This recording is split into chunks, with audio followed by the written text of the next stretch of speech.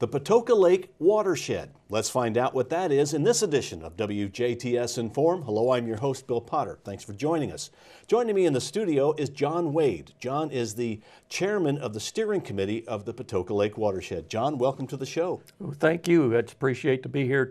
We'd like to really get our word out about the watershed. Well, I have a few questions I want to ask you, and then we're going to talk about a special event you have coming up September 6th that we hope we get a lot of people participating in, and that's a cleanup day.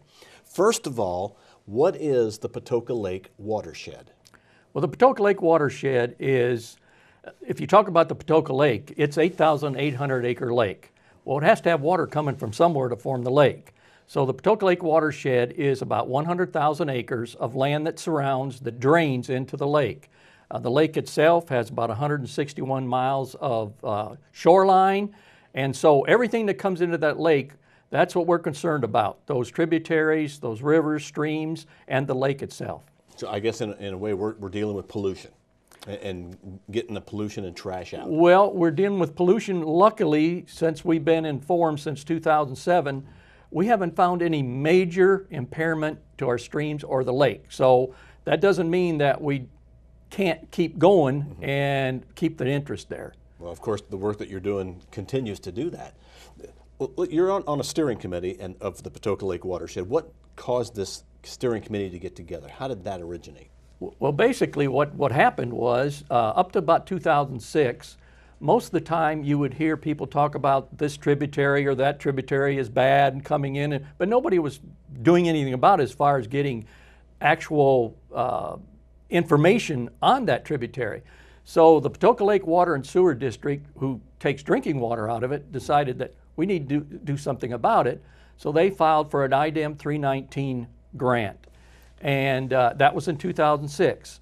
In 2007 of August, they received a $445,000 grant, and so we formed a steering committee at that time, and the grant had certain tasks that we had complete, and a lot of them was we had to go and survey tributaries. We had 9 different tributaries that go into the lake that we sampled for various chemical, for what lives in it, the biological, and that's kind of where the steering committee started. Okay. Why is it important that we are concerned about what's going into Patoka Lake? Well, to give you an idea, to me there's 2 very important parts that lake furnish. First of all, economics. It has, since it's been formed, saved over $170 million in flood damage. Secondly, it provides almost $60 million in revenue within a 30-mile radius of that lake. And it's about 197 jobs that it's formed. So economically, without that lake, there'd be a lot of people without jobs. Also, water, drinking water. The Patoka Lake Water and Sewer District now takes water out of the lake. They furnish water to 11 different counties, over 37,000 households, which is about 100,000 people, and they're pumping about 6.5 to 7 million gallons of water a day. So there's 100,000 people. Where would they be without water if there wasn't something that now the Patoka Lake and Water and Sewer District is furnishing? Are we concerned with plastic bottles that are floating down, plastic bags? Are we concerned with chemicals that may be going in, drainage, maybe too much mud goes into the what do you deal with? All of it? Well, basically, yes. Our cleanup day, we deal with the trash and the plastic bags. Our steering committee, we do our sampling a tributary going into the lake. That's mainly near the intake where Patoka Lake and Water takes their drinking water out of, so they really want to look at that area. So yes, we're looking both at the chemical and we're looking at just trash that's along the shoreline.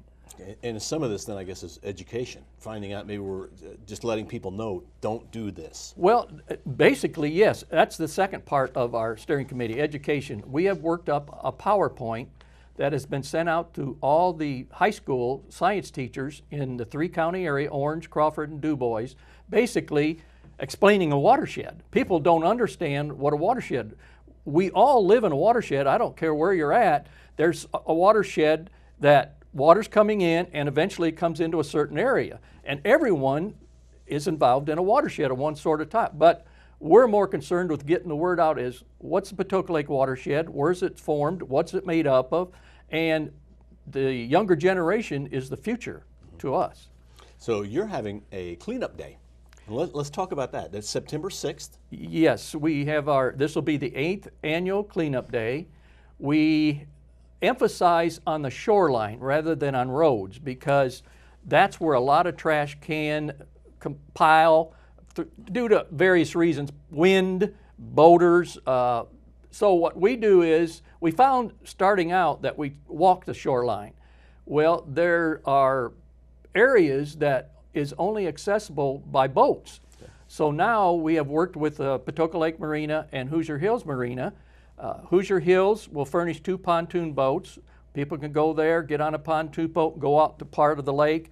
They'll drop them off at strategic spots. We furnish trash bags, we furnish insecticide, we furnish bottled water, we furnish gloves. The only thing we ask is maybe you wear good shoes because you may be walking on some riprap and also tall weeds. So Hoosier Hills Marina will go out, and then Patoka Lake Marina will be meeting over at Painter Creek. There's 2 areas where people can meet, Hoosier Hills Marina and Painter Creek Ramp, which is on the northeast part of the lake. And there'll be 2 pontoon boats there. People can get on them, and then they will go out and do the same. We collect trash from 8 to 9 is the sign up, and then from 9 to noon is go pick up the trash and regroup back at Hoosier Hills Marina, where we'll have a fish fry, we've got prizes, we've got t-shirts, just kind of get people together, and we'd like to take one big group picture of all the people that were involved. Who do you hope shows up? We would accept anyone. It's a great family effort, and I have been going to the various clubs and organizations, the Optimists, the Lions, and giving talks to them to hopefully make it a club presentation. We're a club group together. But we have averaged around 50 or so volunteers. We would like to have at least 100 this year. Our goal is going for 100.